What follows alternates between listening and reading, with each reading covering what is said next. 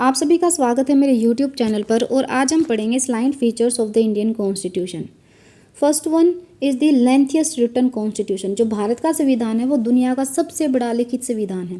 कैसे? भारत के संविधान में पहले जब बनाया गया था ओरिजिनली 395 आर्टिकल्स थे, 22 पार्ट्स थे और 8 शेड्यूल थे, जो कि आज के टाइम में 470 आर्टिकल्स बन चुके हैं, 25 पार्ट्स बन के हैं और 12 शेड्यूल बन चुके हैं। हमने अपने संविधान में बहुत बार बनने के बाद अमेंडमेंट किए हैं, मतलब कि चेंजेस किए हैं। Then blend of rigidity and flexibility, मतलब कि हमारा जो संविधान है वो कठोर भी है और लचीला भी है। कठोर कैसे है कि हम इसके कुछ पार्ट्स को बिल्कुल बड़ी मुश्किल से चेंज कर सकते हैं, उसके लिए हमें स्पेशल मेजॉरिटी की ज़रूरत पड़ती है। वहीं कुछ पार्ट को हम इजीली चेंज कर सकते हैं, जैसे कि हमारे फंडामेंटल राइट्स हैं, उनको हमें चेंज करने के लिए स्पेशल मेजॉरिटी की ज़रूरत पड़ती है। So some part of the constitution can be amended easily while other requires a special procedure. Example, fundamental rights require special majority to amend, while some laws can be changed by a simple majority in parliament. Then next is parliamentary system of government. Parliamentary system of government है हमारी country के अंदर, मतलब कि हमारी country में क्या है, हमारी कंट्री में एक प्रेसिडेंट है। जो प्रेसिडेंट है वो कॉन्स्टिट्यूशनल हेड है, लेकिन एक नॉमिनल एग्जीक्यूटिव है। नॉमिनल एग्जीक्यूटिव का मतलब क्या है कि डी जूरे एग्जीक्यूटिव, मतलब एक सिंबॉलिक लीडर है विद नो रियल पावर। उनके पास कोई रियल पावर नहीं है। लेकिन रियल एग्जीक्यूटिव कौन है? प्राइम मिनिस्टर है, हेड ऑफ द गवर्नमेंट, जो एक्सरसाइज करता है रियल पावर को और गवर्न करता है कंट्री को। देन आप पढ़िए 75 आर्टिकल क्लोज 3, जिसमें कि कलेक्टिव रिस्पॉन्सिबिलिटी की बात की गई है। कलेक्टिव रिस्पॉन्सिबिलिटी का मतलब क्या है कि council of ministers are responsible to Lok Sabha. इसका मतलब ये है कि हम इससे एस्टैब्लिश करते हैं मिनिस्ट्रियल अकाउंटेबिलिटी, कि जो मिनिस्टर्स होंगे वो अपने कार्य के लिए अकाउंटेबल होंगे। अगर नहीं होंगे तो नो मोशन जो है वो पास कर दिया जाएगा, जिससे कि रिज़ाइन करना पड़ेगा पूरी की पूरी मिनिस्ट्री को। सो entire council of ministers are jointly responsible to the Lok Sabha for all the government decision and policies. That is the meaning of the collective responsibility. तो हमारे देश में क्या है? पार्लियामेंट्री सिस्टम ऑफ गवर्नमेंट है। Then federal structure with unitary features. Federal structure का मतलब ये है कि डिवीजन ऑफ पावर है सेंटर और स्टेट में, मतलब कि केंद्र और राज्य में पावर को हम क्या कर रहे हैं? डिवाइड कर रहे हैं। और हमारे पास 7 शेड्यूल में 3 लिस्ट दी गई हैं, जिसके हिसाब से जो स्टेट और सेंटर की जो गवर्नमेंट है वो कानून बनाती है। So there are union list, state list and concurrent list. Unitary features कैसे हैं कि जब हमारे देश में इमरजेंसी आपातकाल की घोषणा होती है तो हमारे पास सेंटर जो है वो बहुत ज़्यादा पावरफुल हो जाती है। जो स्टेट की पावर है वो भी किसके पास चली जाती है? सेंटर के पास चली जाती है। तो federal structure with unitary features. Then fundamental rights. जो फंडामेंटल राइट्स हैं वो कहाँ से इंस्पायर्ड हैं? यूएस से बिल ऑफ राइट्स से इंस्पायर्ड है हमारे फंडामेंटल राइट्स। फंडामेंटल राइट्स क्या करते हैं? प्रोटेक्ट करते हैं इंडिविजुअल लिबर्टी को और इंश्योर करते हैं जस्टिस। हमारे संविधान में टोटल 6 मौलिक अधिकार दिए गए हमें। एक तो right to equality article 14 to 18, then right to freedom article 19 to 22, then right against exploitation article 23 to 24, then right to freedom of religion article 25 to 28, cultural and educational right article 29 to 30, right to constitutional remedies article 32। जो fundamental rights हैं ये part 3 में mention हमारे संविधान के। So directive principle of state policy. Directive principle of state policy जो है वो पार्ट 4 में मेंशन है। और देखिए इंस्पायर्ड बाय आयरिश कॉन्स्टिट्यूशन। कहाँ से इंस्पायर्ड है? आयरिश कॉन्स्टिट्यूशन से। Guidelines for the government to create social economic justice, not enforceable in court of law but fundamental for governance. हमारे जो directive principle of state policy हैं ये non justiciable हैं, मतलब आप कोर्ट में जाके इन्हें एनफोर्स नहीं करा सकते। लेकिन उसके अलावा ये गवर्नमेंट को एक रिस्पॉन्सिबल गवर्नमेंट बनाने के काम करते हैं। एक वेलफेयर स्टेट स्टैब्लिश करते हैं। कैसी स्टेट स्टैब्लिश करते हैं? Welfare state. कैसे?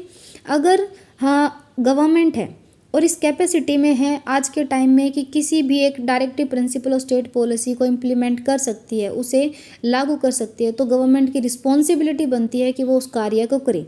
जैसे कि आर्टिकल 44 है यूनिफॉर्म सिविल कोड। अगर आज के पोजीशन के अकॉर्डिंग, आज की जो कंडीशन है देश की, अगर हमें लगता है कि हम आज के समय में रेडी हैं यूसीसी के लिए, तो गवर्नमेंट की रिस्पॉन्सिबिलिटी बनती है कि वो यूसीसी को इम्प्लीमेंट करे। उसी तरीके से मटर्निटी रिलीफ है महिलाओं के लिए, तो directive principle of state policy में है वो।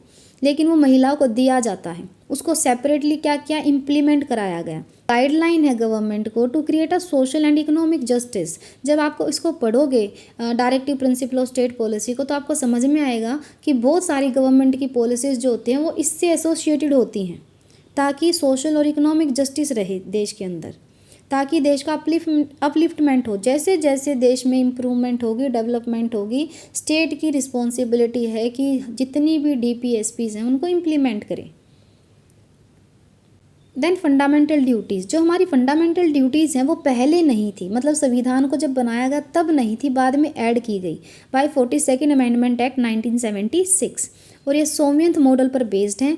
टोटल हमारे पास 11 फंडामेंटल ड्यूटीज़ हैं जो हमें बताती हैं कि हमें अपने राष्ट्र के जो सिंबल्स हैं उनको रिस्पेक्ट करनी चाहिए, हमें हार्मनी को प्रमोट करना चाहिए, हमें अपने एनवायरनमेंट को, अपनी हेरिटेज को, अपने कल्चर को क्या करके रखना चाहिए, प्रोटेक्ट करके रखना चाहिए। Universal adult franchise and elections, देखिए हमारे देश के अंदर क्या है कि हर व्यक्ति को वोटिंग का अधिकार है। जब कोई पर्सन 18 साल का हो जाता है तो उसके पास अधिकार आता है वोट कास्ट करने का। So every citizen 18 years and above can vote. Article 326 बोलता है कि हर किसी को वोटिंग का अधिकार है लोकसभा और विधानसभा के इलेक्शंस में, अगर कोई भी व्यक्ति 18 साल का है तो। वोटिंग की एज पहले 21 साल थी, बाद में इसको रिड्यूस करके 18 साल कर दिया गया। किस कॉन्स्टिट्यूशनल अमेंडमेंट के द्वारा किया गया? 61st कॉन्स्टिट्यूशनल अमेंडमेंट के द्वारा, और ये कब हुई? 1988 में की गई। इलेक्शन कमीशन ऑफ इंडिया की रिस्पॉन्सिबिलिटी है कि वो free and fair elections conduct कराए हमारी कंट्री के अंदर। Then independent judiciary, independent judiciary का मतलब क्या है? देखिए हमारे देश में पावर 3 पार्ट्स में डिवाइडेड है, एग्जीक्यूटिव, लेजिस्लेचर, जुडिशरी। लेजिस्लेचर का काम है कानून बनाना, एग्जीक्यूटिव का इम्प्लीमेंट करना, एनफोर्स करना, जुडिशरी का इंटरप्रेट करना। अब जो जुडिशरी है वो इंडिपेंडेंट है, कैसे है? क्योंकि जुडिशरी का जो डिसीजन होता है वो फैक्ट और एविडेंस के बेसिस पे होता है। तो जुडिशरी जो है वो इंडिपेंडेंट है। अगर जुडिशरी को कोई डिक्टेट करे कोई डिसीजन लेने के लिए, क्या जुडिशरी इंडिपेंडेंट होगी? नहीं। सुप्रीम कोर्ट है, स्टेट लेवल्स पे हाई कोर्ट है, फिर उसके नीचे भी लोअर कोर्ट्स हैं। Power of judicial review to declare laws unconstitutional, इसका मतलब क्या है? जुडिशियल रिव्यू का मतलब समझिए कि जुडिशरी इंश्योर करती है कॉन्स्टिट्यूशनैलिटी को, मतलब कि हमारे देश में जुडिशरी का काम ये है कि कोई ऐसा कानून ना बने जो संविधान के अगेंस्ट हो। तो जुडिशरी क्या करती है? अगर कोई भी कानून संविधान के अगेंस्ट है तो जुडिशरी उसे वॉइड डिक्लेयर करती है। और जुडिशियल रिव्यू का अधिकार कहाँ से आता है? Article 13, article 32, article 226, article 131, 136, 142 and 147 जो हैं वो एसोसिएटेड हैं to judicial review. Ensures the separation of power and protects fundamental rights. Then single citizenship, single citizenship का मतलब क्या है कि एक ही नागरिकता मिलेगी। हमारे देश में क्या होता है कि हम हर व्यक्ति को एक नागरिकता देते हैं, और वो क्या है? भारत की नागरिकता। ऐसा नहीं है कि जिस स्टेट से आप होगे वो भी नागरिकता मिलेगी और देश की भी नागरिकता मिलेगी, वो ड्यूअल सिटीजनशिप होती है जो कि अमेरिका में मिलती है। हमारे देश में ऐसा नहीं है कि आप हरियाणा से हैं तो आपको हरियाणा की भी नागरिकता मिलेगी और भारत की भी मिलेगी। अगर आप महाराष्ट्र से हैं तो आपको महाराष्ट्र की भी मिलेगी और भारत की भी मिलेगी। अगर आप केरला से हैं तो आपको केरला की भी मिलेगी और भारत की भी मिलेगी। अगर आप अरुणाचल प्रदेश से हैं तो आपको अरुणाचल प्रदेश की भी मिलेगी और भारत की भी मिलेगी। हमारी कंट्री में ऐसा नहीं होता। हमारे देश में क्या है कि आपको सिर्फ एक ही नागरिकता मिलेगी, वो है भारत की नागरिकता। और नागरिकता से रिलेटेड जो आर्टिकल हैं वो हैं 5 to 11। अमेरिका में क्या होता है कि अगर आप कैलिफोर्निया के सिटीज़न हैं तो कैलिफोर्निया की भी नागरिकता मिलेगी और USA की भी मिलेगी। भारत में ऐसा नहीं है, आपको स्टेट की नागरिकता नहीं मिलती। इमरजेंसी प्रोविजंस, इमरजेंसी प्रोविजंस जब कंडीशन वर्स्ट होती है देश के अंदर तब इमरजेंसी को लागू किया जाता है। तो 3 टाइप्स ऑफ इमरजेंसी हैं, national emergency, state emergency and financial emergency. National emergency article 352 war, external aggression और आर्म्ड रिबेलियन के बेसिस पे प्रोक्लेम की जाती है। स्टेट इमरजेंसी 356 आर्टिकल, अगर गवर्नमेंट स्टेट की जो है वो ठीक से काम नहीं करती तो राष्ट्रपति शासन को घोषित कर दिया जाता है, प्रेसिडेंट रूल इम्प्लीमेंट होता है। उसके अलावा फाइनेंशियल इमरजेंसी आर्टिकल 360 के अंदर अगर कंट्री में फाइनेंशियल इंस्टेबिलिटी आ जाए तो उस टाइम पे फाइनेंशियल इमरजेंसी डिक्लेयर की जा सकती है। Then special provision for SC ST and OBC, हमारे देश के अंदर रिजर्वेशन होती है एजुकेशन में और जॉब्स में for SC ST and OBC। क्यों? ताकि उनका जो स्टेटस है उसको अपग्रेड किया जा सके, ताकि उन्हें भी इक्वल स्टेटस पे लेके आया जा सके समाज के अंदर। That is the reason to provide the reservation to the SC ST and OBC।